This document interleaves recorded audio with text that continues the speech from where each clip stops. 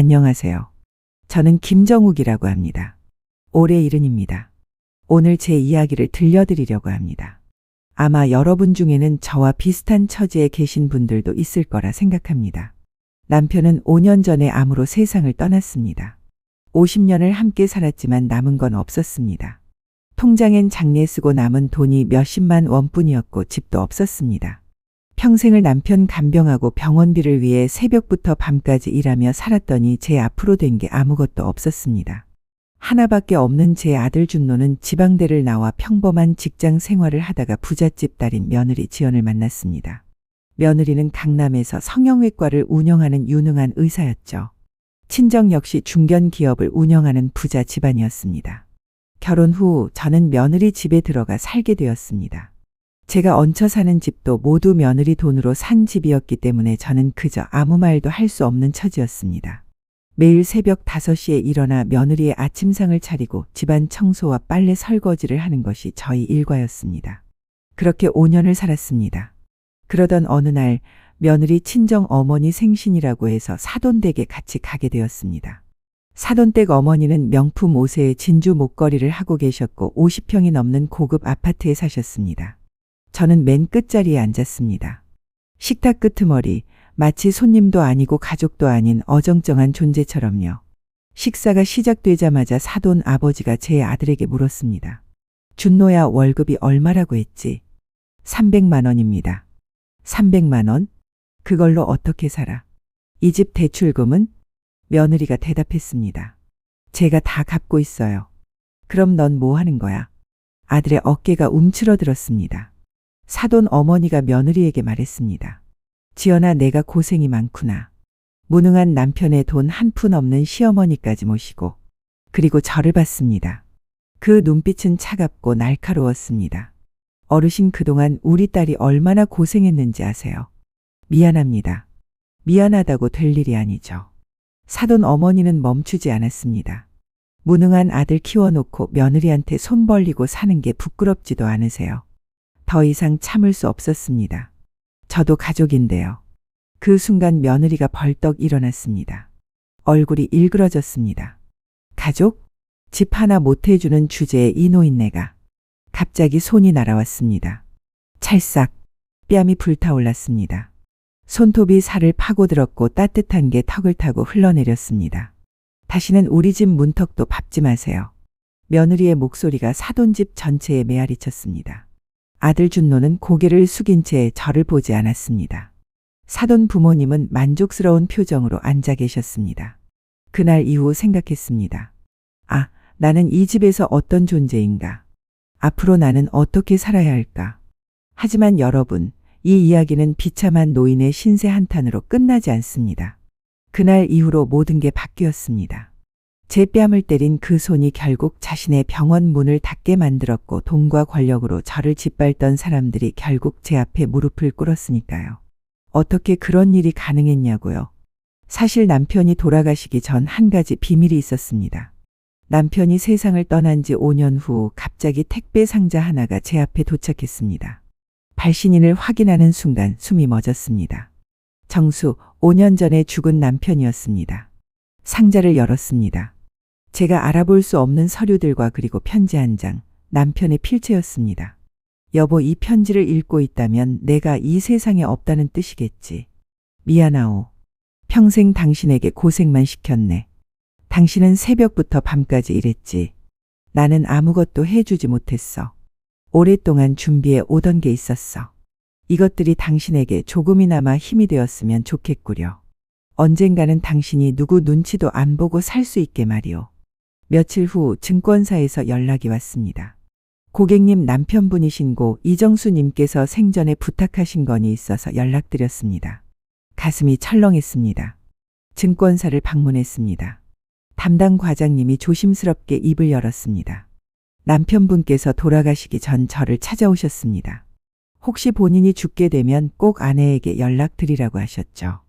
컴퓨터 화면을 돌렸습니다. 숫자들이 보였습니다. 남편분께서 국내 우량 주식에 투자하셨습니다. 현재 약 35억 원입니다. 숨이 막혔습니다. 그리고 비상장 벤처 기업에도 투자하셨는데요. 세 곳이 최근 상장했습니다.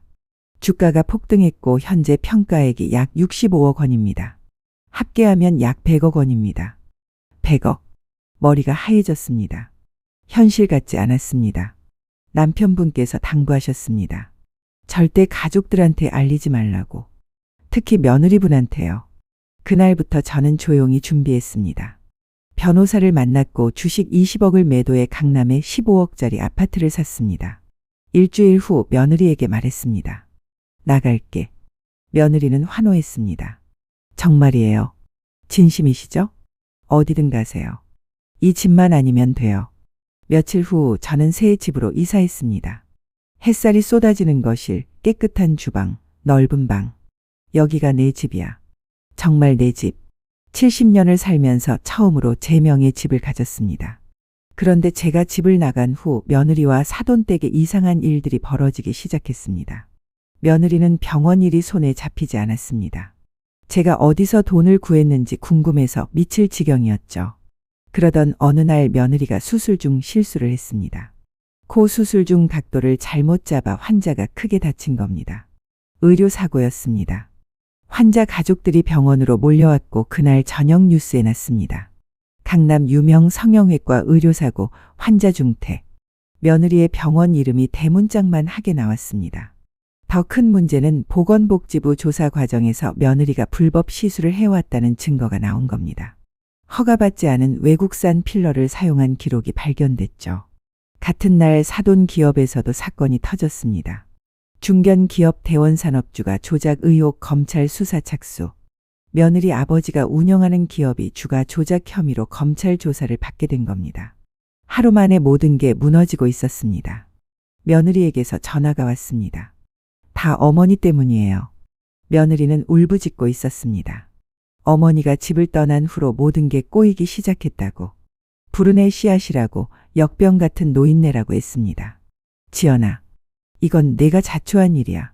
나를 때린 것도 너고 쫓아낸 것도 너야. 사람을 함부로 대하면 안 되는 거야. 일주일 후 뉴스에 큰 기사가 났습니다. 강남 성형외과 원장 의사면허 5년 정지 확정. 대원산업 상장 폐지 확정. 대표 구속 영장 청구. 며느리의 병원은 문을 닫았고 사돈 아버지는 수갑을 찬 채로 검찰청에서 나왔습니다. 며느리가 그렇게 자랑하던 것들이 모두 한순간에 무너졌습니다. 그날 저녁 인터폰이 울렸습니다. 며느리와 사돈 어머니가 서 있었습니다. 두 사람 모두 초췌했습니다.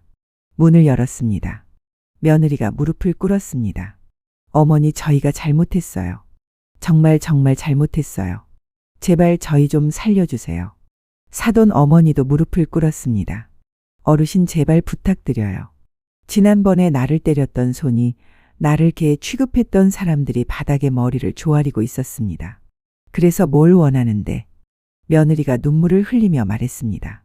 어머니, 저희 좀 도와주세요. 제 병원 다시 열 수 있게요. 돈이 필요해요.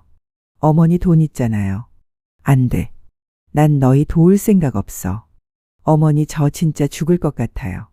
병원 없으면 전 아무것도 아니에요. 그건 내 문제야. 지연아, 너 나한테 뭐라고 했지? 불운의 씨앗이라고. 역병 같은 노인이라고. 그리고 나를 때렸지. 사람들 앞에서. 며느리는 완전히 무너졌습니다. 집도 압류당했고 갈 곳이 없었죠. 어머니, 그럼 같이 살게만 해주세요. 이 집에서 저희랑 같이 살아요. 돈은 안 줘도 돼요.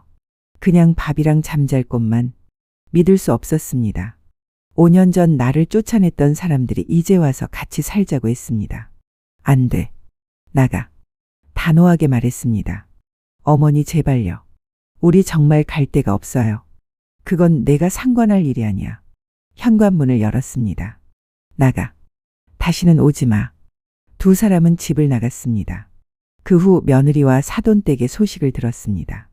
며느리는 일자리를 구하지 못했고 준노의 월급만으로는 생활이 불가능했습니다. 결국 집을 압류당하고 작은 원룸으로 이사했다고 합니다.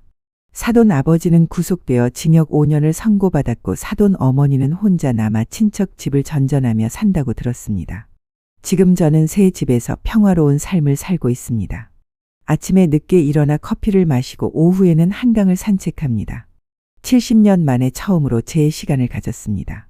며느리 눈치 볼 필요도 청소할 필요도 밥 차릴 필요도 없습니다. 자유입니다. 70년을 살았습니다. 누군가의 아내로, 누군가의 어머니로, 누군가의 시어머니로 늘 누군가를 위해 살았습니다. 하지만 이제는 다릅니다. 저는 이제 자유입니다. 누구의 그림자도 아닙니다. 누구 눈치도 보지 않습니다. 저는 김정욱입니다. 70년 만에 비로소 제 이름으로 살아가는 사람입니다. 여러분 기억하세요.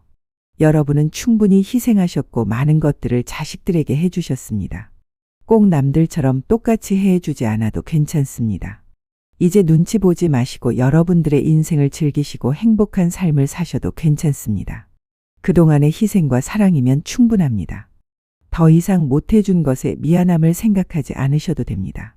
지금이라도 늦지 않았습니다. 여러분만의 삶과 인생을 꼭 찾으세요.